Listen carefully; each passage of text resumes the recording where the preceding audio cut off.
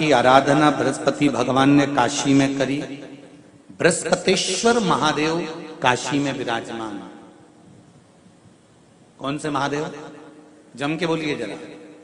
बृहस्पतेश्वर महादेव काशी में विराजमान है।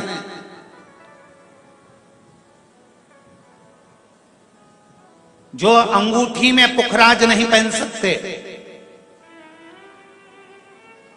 जिनकी भाग्य रेखा उल्टी चल रही हो, बृहस्पति चमक ही नहीं रहा हो, जिस काम में हाथ डालते हैं वो काम पूरा ही नहीं होता हो, तो एक बार काशी जाना, बृहस्पतेश्वर महादेव का स्पर्श करना, उनका अभिषेक पूजन करना और उनका स्पर्श कर कर एक बेलपत्र ब्राह्मण देवता से मांग कर लेकर आ जाना कि इन बृहस्पतेश्वर महादेव से मुझे एक बेलपत्र दे दो।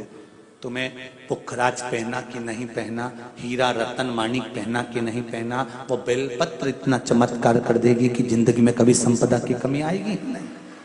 अगर बृहस्पति नहीं चमके तो बृहस्पतेश्वर महादेव, जहां पर बैठकर बृहस्पति भगवान ने शंकर भगवान की आराधना करी है, रोज गंगा जल जाना, गंगा जल लेकर आना, शिव जी की आराधना करना। एक शिवलिंग का निर्माण करा, उसकी आराधना में बृहस्पति भगवान डूब गए, उसकी आराधना में बृहस्पति महाराज निरंतर लगे रहे। और इतनी आराधना बृहस्पति महाराज ने करी, इतनी आराधना करी बृहस्पति महाराज ने कि शंकर भगवान सामने प्रकट हो गए। मांगो बृहस्पति, तुमको क्या चाहिए? कुछ नहीं, केवल आपका भजन। नाम रख दिया, तुम्हारा नाम बृहस्पति रहेगा। बृहस्पति भगवान का एक नाम बृहस्पति भी रख दिया और तुम साधारण नहीं रहोगे। तुमने मेरी आराधना करी है तो देवताओं के गुरु बनकर विराजमान होगे। अब अभी तक 2 भार इंद्र के पास में थे। बहुत ध्यान देकर समझना ये नवग्रह कथा को। 2 भार थे इंद्र के पास। इंद्र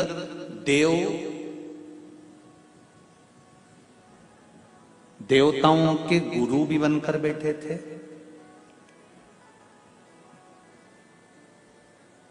देवगुरु बृहस्पति की जगह पूर्व में इंद्र ही देवगुरु का पद संभाल रहे, और देवराज का पद भी इंद्र के पास में था। कौन कौन से पद थे? जम के बोलो जरा।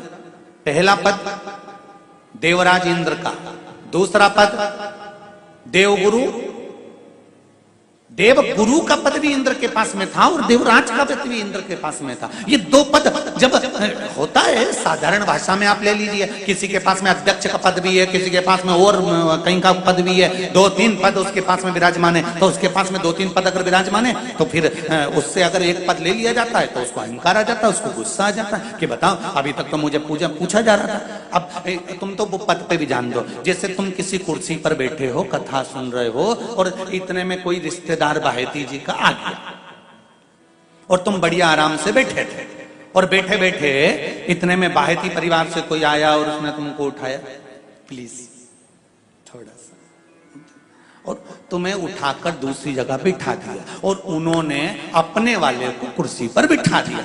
अब बोलो, जो उठा, जिसको उठाया था उसका भगोने जैसा मुंडा हुआ कि नहीं हुआ? अरे बोलो तो। अपन दूर कथा नहीं जाते, कथा अपन अपने ऊपर लेके चलो कि अपन कैसे समझे इस कथा को। बहुत अगर गहन तत्व की कथा सुनेंगे तो समझ में आएगी नहीं। यहाँ से सुनी, यहाँ से निकाल दी, बची कुची दी, ऊपर से निकल गई, और मालूम पड़े थोड़ी देर बाद माताएं कुर्सी पे बैठी बैठी।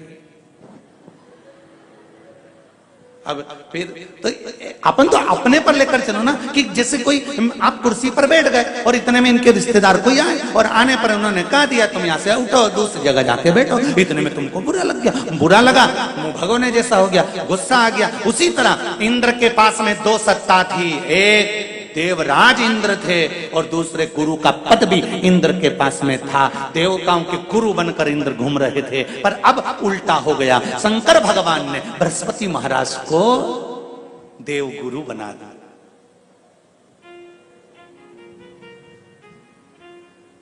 अब जैसे ही देवगुरु बनाया तो इनका इंद्रदेव का मुंह, अरे बोलो तो तुम, भगोड़ ऐसा हो गया, कुर्सी उतरी कि मुंह भगोड़ा। इनका मुंह भगोने जैसा हो गया तो गुस्सा तो गुस्सा। इतने में इंद्र ने बृहस्पति महाराज देव गुरु बन गए, इंद्र सिंहासन पर बैठे थे, अप्सराओं का नृत्य देख रहे थे। वहीं से देव गुरु बृहस्पति का आगमन हुआ। बृहस्पति महाराज जैसे ही आए तो इंद्र तो सिंहासन पर बैठकर पूरा अप्सराओं का नृत्य देख रहे थे। उनको देव गुरु बृहस्पति से मतलब ही नहीं था।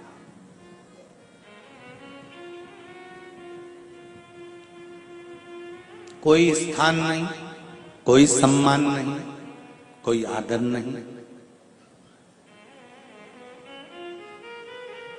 कोई आदर नहीं। जिसको घर के बड़े बुजुर्ग सम्मान देते हैं, घर के बच्चों का भी फर्ज है कि उसका सम्मान बच्चे करें। सही है कि गलत है? घर के बुजुर्ग उसको सम्मान दे रहे हैं ना, घर के बड़े उसका सम्मान कर रहे हैं ना, तो घर के बच्चे कहते हैं नहीं, वो तो हमारे लिए गलत सोचता है, हमेशा हमारे लिए अपशब्द बोलता है, हमेशा आड़ा टेढ़ा बोलता है। तो घर के बुजुर्ग कहते हैं तुम्हें क्या करना है, जब हम सम्मान दे रहे हैं तो तुम भी दो, हम आदर कर रहे हैं तो तुम भी करो।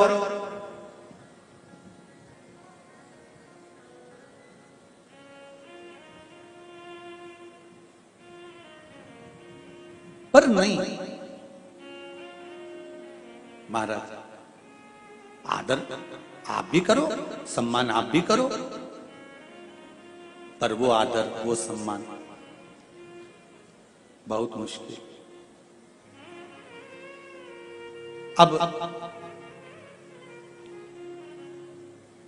जब बृहस्पति महाराज का सम्मान नहीं हुआ, बृहस्पति महाराज वहां से उठकर चले गए, बोले नहीं। जो समझदार होता है वो तुरंत कह देता है कोई बात नहीं, मैं चले जाता हूं। कोई मुख पर क्रोध नहीं, कोई चिड़चिड़ प्रवृत्ति नहीं, कोई अपशब्द नहीं। एक बात मैं आप सबको कहना चाहूंगा, किसी जगह पर यदि आपका अपमान हुआ है, बहुत ध्यान देना जरा, कथा थोड़ी भारी है पर समझ लोगे आप। किसी जगह पर यदि आपका अपमान हुआ है तो आप भगवान शंकर को धन्यवाद देना कि मैंने पूर्व में किसी का अपमान करा होगा तो मेरा हिसाब आपने इतनी जल्दी बराबर कर दिया है, इतनी जल्दी बराबर कर दिया। ये थोड़ा सा अपमान मेरा कराया, मेरा हिसाब बराबर हो गया। कोई गाली दे रहा है, देने दो, शंकर भगवान को धन्यवाद देना, बाबा बड़ी कृपा करी, मैंने पूर्व में इसको गालियां दी होंगी, अपशब्द कहा होगा तो इसने मुझे पलटकर गाली दे दी, अपशब्द कह दिया। ये तेरी कृपा है, ये तेरी दया। और जब तक तेरी करुणा, तेरी कृपा, तेरी दया नहीं हो तब तक कुछ हो ही नहीं सकता। तेरी कृपा,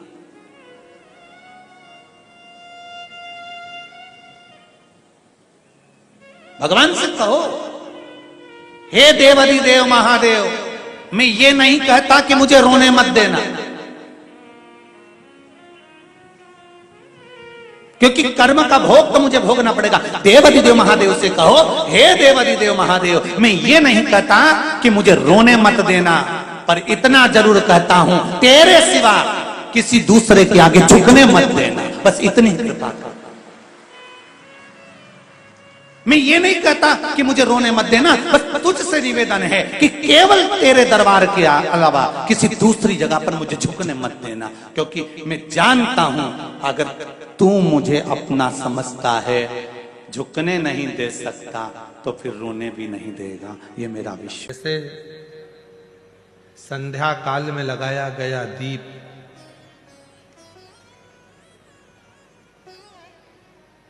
मानदेह नामक असुर का संहार कर देता है।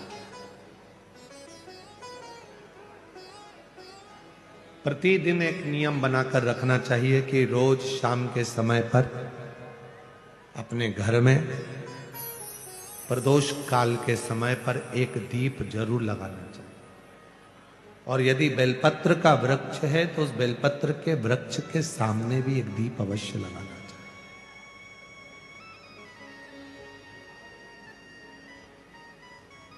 6 महीने में, 3 महीने में, 2 महीने में, 1 महीने में ऐसा नियम बनाया करो कि मुझे बेलपत्र की पूजन करो।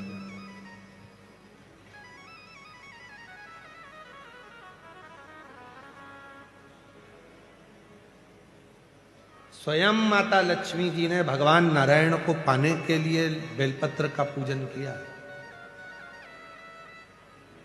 जब इंद्र की पूरी सत्ता चली गई थी, सारा की सारा धन इंद्र का चले गया था, असुरों ने उस इंद्र के सिंहासन पर अपना कब्जा जमा लिया था, तब इंद्राणी ने, स्वयं सची माने इंद्राणी ने शिव जी की साधना करी, बेलपत्र के वृक्ष के, बेलपत्र की पूजन करें।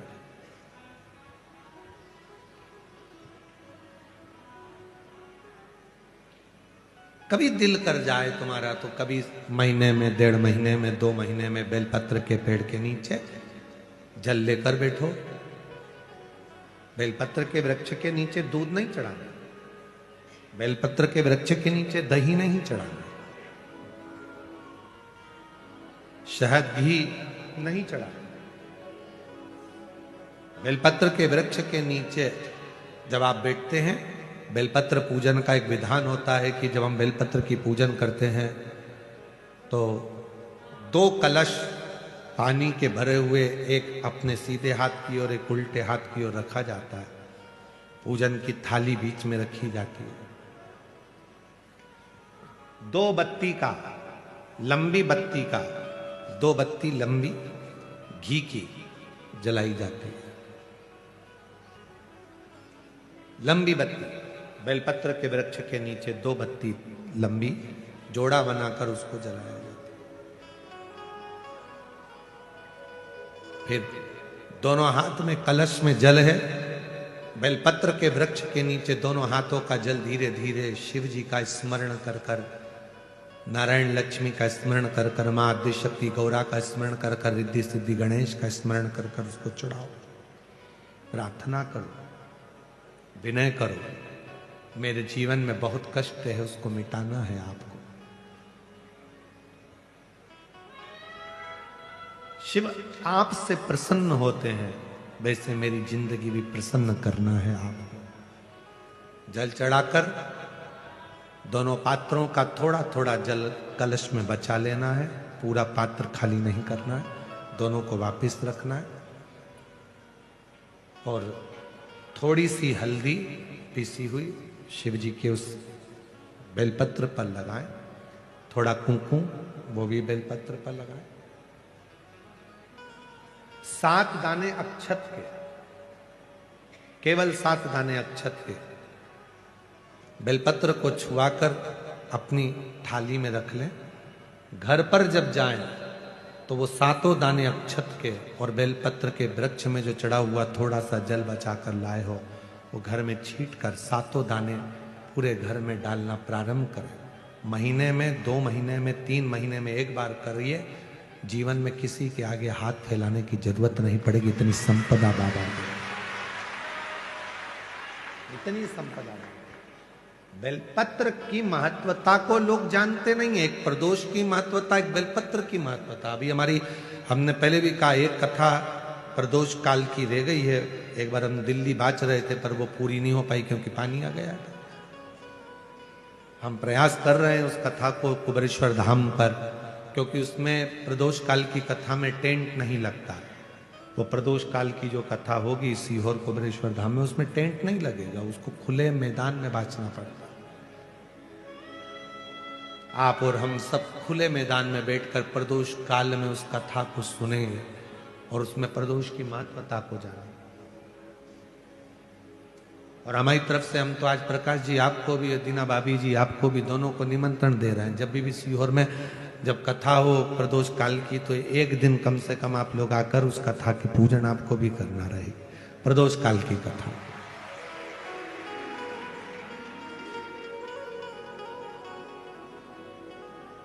अभी तो नहीं है, पर जब भी तारीख निश्चित होगी 1-2 साल में, जब बाबा कृपा करेगा तब उसको सकेगा।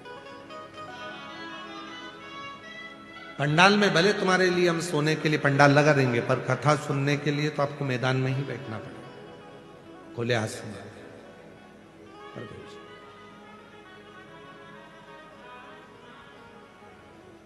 शिव तत्व को जान, बेलपत्र की महत्वता को जिसने जान लिया, आज लोग बेलपत्र को जान रहे हैं कि बेलपत्र खाने से शुगर, बीपी, थायराइड जैसी बीमारियां भी ठीक हो जाती हैं। उस बेलपत्र की महत्वता को जान। और फिर निवेदन है, आपके शरीर में कष्ट है तो बेलपत्र का सेवन करो। रोज रोज बेलपत्र वैसे ही नहीं खाना। कई बार बेलपत्र खाने से मुंह में छार छार पन आ जाता है, कई बार मुख का स्वाद भी कम हो जाता है बेलपत्र खाने से। तो निवेदन है, रोज रोज ना खाइए, जब जरूरत है। और जरूरी नहीं कि आप 3 पत्ती यहां से जो बेलपत्र दी जाती है, 7 दिन तक जो रोज एक बेलपत्र दी जाती है, वो तो खाने के लिए दी जाती है। पर समापन के दिन की बेलपत्र तो खाने की नहीं रहती, उसको तो ले जाकर लोग लाल कपड़े में बांध अपने घर में रख देते हैं तिजोरी में। आखिरी दिन की बेलपत्र तो वैसे भी तिजोरी का भंडार के लिए होती है। तो जो बेलपत्र होती है, जरूरी नहीं कि तुम पूरी बेलपत्र खाओगे तो दवाई असर करेगी। बेलपत्र का अग्रण्य भाग का थोड़ा सा पत्र भी यदि हम पा लेते हैं, उसको ग्रहण करते हैं, तो वो भी उतना असर करता है। और रोज खाने की जरूरत नहीं है। रोज अगर शिव मंदिर जा रहे हो, शिवालय जा रहे हो, शंकर जी के मंदिर जा रहे हो, देवालय जा रहे हो, तो बेलपत्र लाओ, वहां से मना नहीं है। उसको इकट्ठा करो, एकाग्रित कर सुखा लो। सुखाकर रोज शिव जी की चढ़ी हुई बेलपत्र को सुखाकर फिर उसका चूरा बना लो। जब तुम्हें लगे कि शुगर गड़बड़ हो रही है, बीपी गड़बड़ हो रहा है, थायराइड गड़बड़ हो रहा है, तो एक चुटकी उसमें से लेके निगल लो, पानी पी लो। बाबा की कृपा से आधा घंटा, 1 घंटे में वो sugar, BP, thyroid sub level में आना प्रारंभ हो गया। उस बेलपत्र की महत्वता को जिसने जाना, कभी कुबेरेश्वर धाम जाओ तो कुबेरेश्वर बाबा के धाम पर जो 200-300 साल पुराना, जो 300 साल के ऊपर पुराना बट वृक्ष है, जहां बाबा बैठे हैं, बटकेश्वर महादेव, उसका दर्शन करो। उस पेड़ की छांव में बैठकर बाबा का मंत्र जाप करो। अभी अभी हमने थोड़ा सा उसको बंद कर दिया था, क्योंकि वहां बाबा के जोड़ा घूम रहा था तो वो शरीर पर चढ़ जाता था, इसलिए अभी स्थान पर वहां जाना थोड़ा बंद कर दिया था, पर पुनः वापिस उसको खोल दिया। बेलपत्र की वाटिका है छोटी सी, उस बेलपत्र की वाटिका के पास में बैठकर भगवान शिव का नाम उच्चारण करो, नाम स्मरण। शिव भक्ति करो जहां तक हो सके, शंकर की अविरल भक्ति को धारण करो।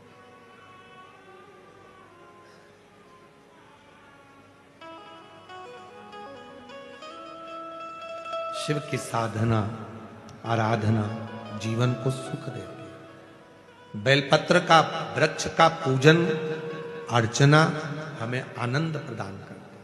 भगवान शिव ने कहा, पार्वती ये नहीं हो सकता, मैं तुझे एक वचन दे दिया कि पति पत्नी में झगड़ा होगा तो उनमें प्रेम बढ़ेगा, पर दूसरा वचन नहीं दूंगा कि पति मृत्यु लोक में मरने वाले व्यक्ति के कान में गुरु मंत्र मिले। ये बड़ा कठिन है महाराज, ये नहीं हो सकता, बहुत कठिन, ये तो कभी नहीं होगा।